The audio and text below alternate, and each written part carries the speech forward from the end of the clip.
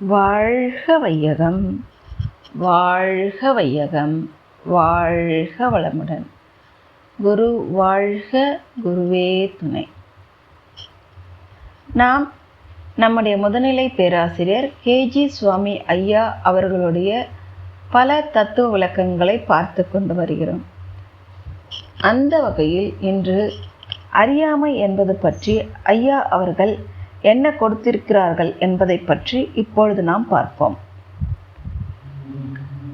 யாரோ ஒரு பெரியவர், ஒரு மகான் இறைவனுக்கு நிவேத்தியம் செய்வதற்கு, நான் என்னப்பா கொடுக்கறது உனக்கு, என்னிடம் ஒன்றுமே இல்லை, இருக்கிறதில் ஒன்றை தேடி பிடித்தால் கிடைக்கிறது, அது அறியாமைதான்.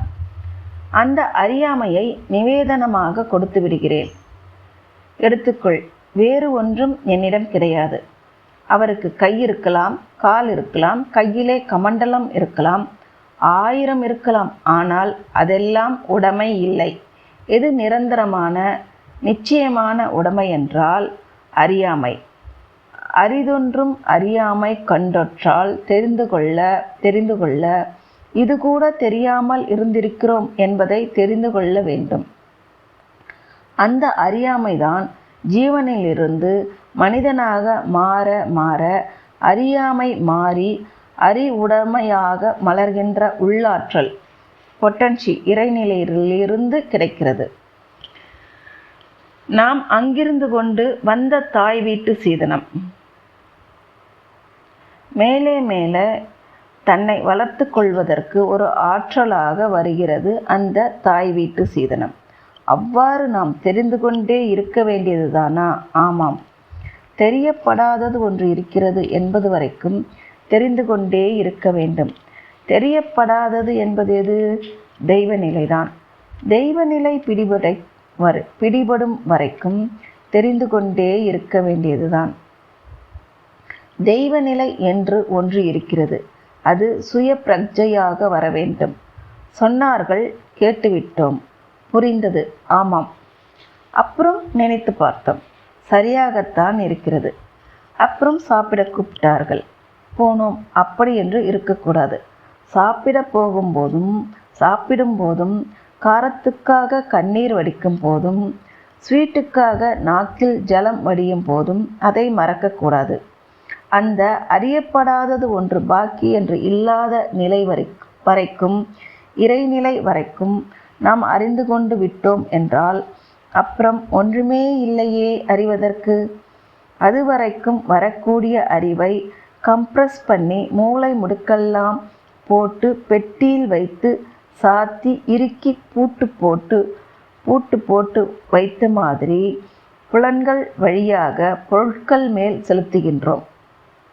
நின்று நிதானித்து சிந்தனை பண்ணி பார்க்கும் பொழுது இதில் உள்ள அவலம் தெரியும். எவ்வளவு மோசமான பேர் வழிகள் நாம் என்று இதில் உள்ள அவலம் தெரியும். இறைநிலையை நினையாமல் மறவாமல் இருந்து கொண்டிருக்க வேண்டும். ஜீவனினுடைய ஒரு லட்சணம் என்னவென்றால் உணர்வு. இது அமீபாவிற்கு உணர்வு. மனிதனுக்கு என்ன? தெய்வம் இருக்கிறது, நீக்கமற எங்கும் இருக்கிறது, நிறைந்து இருக்கிறது. இருக்கிறது என்றால் அது ஒன்றுதான் இருக்கிறது. தாயுமானவர் வாசகம் என்று சொல்வார்கள். இருந்ததனை இருந்தபடி இருந்து காட்டி, தாயுமானவர் தன் குருவிடம் போய் எனக்கு உபதேசம் கொடுங்க என்று சொன்னார். அதற்கு அவர் சும்மா இரு என்றார். உபதேசம் முடிஞ்சு போச்சு. இருந்ததனை இருந்தபடி இருந்து காட்டி மௌனமாக இரு என்று சொல்லி காட்டினார். நாம் இப்போ தெரிந்து கொள்ள வேண்டியது என்னவென்றால், இருந்தது எது? எதை தெரிந்து கொள்ள வேண்டும்? உபதேசம் என்ன? எதை அறிய வேண்டும்? இருந்தது பார் ஒன்று. என்ன இருந்தது? பனைமரம் இருந்தது. அதற்கு முன்பு பனங்கொட்டை இருந்தது. அதற்கு முன்பு மண் இருந்தது. அதற்கு முன்பு தண்ணீர் இருந்தது. ஒன்றுக்கு முன்னால் எதுவும் இருந்ததில்லை. அதுதான் இருந்தது. அது எது? தெய்வநிலை. அது எப்படி இருந்தது? அமைதியாக, பேசாமல், பேசாமல் என்றால் கை கால்களை அடக்கிக் கொண்டு என்று நான் சொல்லவில்லை. இருந்தது தெய்வம், அதை நாம் அறிய வேண்டும் என்பதுதான் ஆன்மீகத்தினுடைய லட்சியம், உலக சமுதாய சேவா சங்கத்தினுடைய லட்சியம். அது அறியப்படாதது வரைக்கும் எனக்கு நகர்ந்து உட்கார், இது என்னுடைய இடம், கொடுக்க மாட்டேன், வீணாக போனாலும் போகிறது, கொடுக்க மாட்டேன் என்று செருக்கு இருந்து கொண்டே இருக்கும். அது நான் அது இருக்குமிடம் எங்கும். யார் இருக்குமிடம்? யார் இருக்குமிடம் அது இருக்குமிடம். எங்கும் என்றும் அர்த்தம் பண்ணிக்கொள்ளலாம். நான் சொல்ல வந்தது நான் இருக்குமிடம் எங்கும். எங்கும் நான் இருக்கிறேன், நான் எங்கும் இருக்கிறேன். எனக்கு ஒரு பேனா வேண்டும், அந்த பேனாவிலும் நான் இருக்கிறேன். எனக்கு ஏன் அந்த பேனா வேண்டும்? எழுத வேண்டுமே. எழுதும்போது வரும். இல்லை என்று வைத்து கொள்ளுங்கள், 100 பேனா கொடுத்தாலும் பத்தாது. யாரோ ஒரு லார்டு இங்கிலாந்தில் இருந்தார். அவர்கள் அடிக்கடி விருந்து நடத்துகிறார்கள். அவர் அந்த விருந்துக்கு அடிக்கடி போய் வருகிறவர். அவர் இறந்த பிற்பாடு அவர் அலமாரியை திறந்து பார்த்தால் ஆயிரக்கணக்கான ஸ்பூன்கள் அந்த அலமாரியில் இருந்திருக்கிறது. பெரிய லார்டு விருந்துக்கு போன ஒவ்வொரு இடத்திலும் ஸ்பூனை எடுத்து கோட்டு பாக்கெட்டில் போட்டுக்கொண்டு வந்து விடுவாராம். அதுதான் தனது ஸ்பூன் தான் சாப்பாட்டை எடுத்து வாயில் வைக்குது. ஸ்பூன் தான் தெய்வம் என்று நினைத்து கொண்டார். அப்படி எது கொடுத்தாலும் போதாது, இறைநிலை உணரப்படாத வரைக்கும். இறைநிலையை உணர்ந்துவிட்டால் என்னுடையது தானே, என்னுடையதை எடுத்து நான் ஏன் என் அலமாரியில் வைக்க வேண்டும், அதற்கு பூட்டு போட வேண்டும்? அவ்வாறு இறைநிலை எங்கும் இருக்கிறது.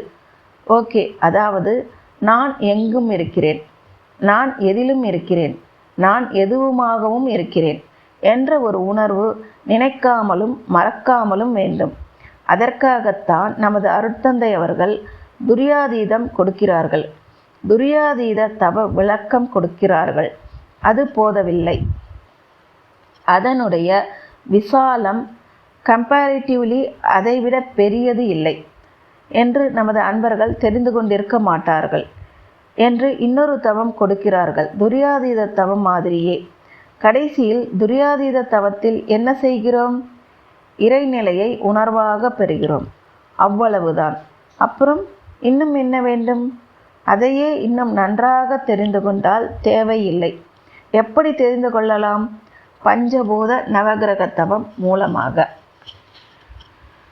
பஞ்சபூத நவகிரக தவத்தில் சுத்தவெளிக்கு செல்வதற்கு வேறு ஒரு பாதை.